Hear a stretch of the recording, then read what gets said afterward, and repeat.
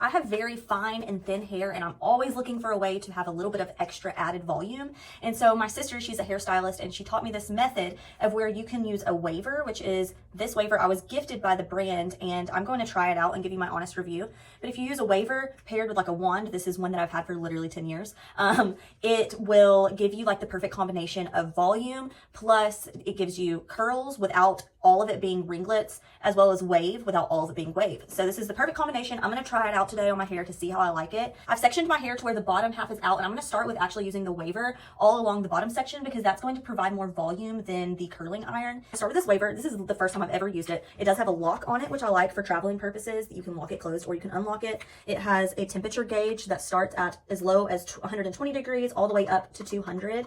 I'm going to go all the way up to 200 because usually I set my like flat iron around that temperature. This has been plugged in for around probably 5 minutes now.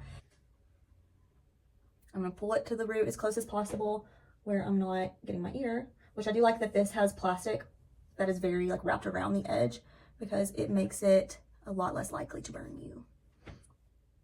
Okay, and I like to keep the ends out. So you see how this provided like it's perfect for if you're looking to create volume down on the bottom part. It's not like a perfect wave or anything. I'm also going to do this number right here and see, so you can straighten it out a little bit. Like if it's a little bit too voluptuous to say that, then you can straighten it out a little bit just by running it through like you would a flat iron. All right, I have finished the underside with the waver, and this is a good indication. If you were to do your entire head like this, I just left like an inch of the ends out.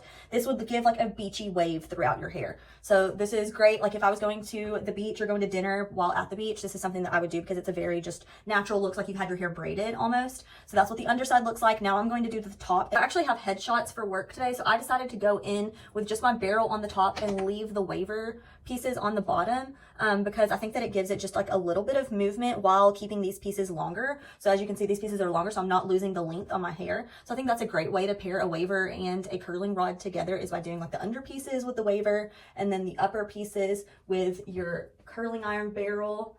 And it gives you just that extra boost underneath and helps keep some length on your hair. So if you're looking for a waver, this is definitely a good option.